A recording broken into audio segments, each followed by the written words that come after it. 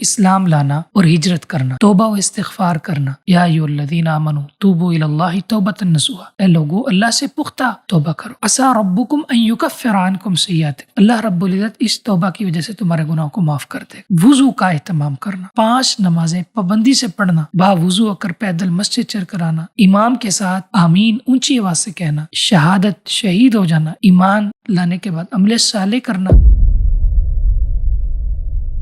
محترم سامعین و ناظرین، وہ کون سے اعمال ہیں جن سے انسان کے گناہ معاف کر دیے جاتے ہیں؟ بہت سارے اعمال ہیں، چند اعمال آپ کے سامنے اختصار کے ساتھ ذکر کرتا ہوں۔ سب سے پہلے اسلام لانا اور ہجرت کرنا، یہ 2 ایسے اعمال ہیں جو انسان کے گناہوں کو مٹا دیتے ہیں۔ رسول اللہ صلی اللہ علیہ وسلم نے ارشاد فرمایا، ان الاسلام یہدم ما قبلہ، اسلام سابقہ زندگی کے سارے گناہ مٹا دیتا ہے اور ہجرت اس کے سابقہ گناہوں کو مٹا دیتی ہے۔ اسی طرح نمبر 2، توبہ و استغفار کرنا، اس سے بھی اللہ تعالیٰ انسان کے سارے گناہ معاف کر دیتے۔ یا ایھا الذین آمنوا توبوا الی اللہ توبۃ نصوحا، اے لوگو اللہ سے پختہ توبہ کرو۔ عسی ربکم ان یکفر عنکم سیئاتکم، اللہ رب العزت اس توبہ کی وجہ سے تمہارے گناہوں کو معاف کر دے۔ تو توبہ و استغفار کرنا انسان کے گناہوں کو مٹا دیتا ہے۔ نمبر 3، وضو کا اہتمام کرنا، وضو سنت کے مطابق کرنا۔ رسول اللہ صلی اللہ علیہ وسلم کی حدیث اور آپ کی سیرت کی روشنی میں وضو کو بجا لانا، وضو کو کرنا، اس سے انسان کے گناہ معاف ہو جاتے۔ آپ کی حدیث ہے سنن ترمذی اور حدیث کی دیگر کتابوں میں، انسان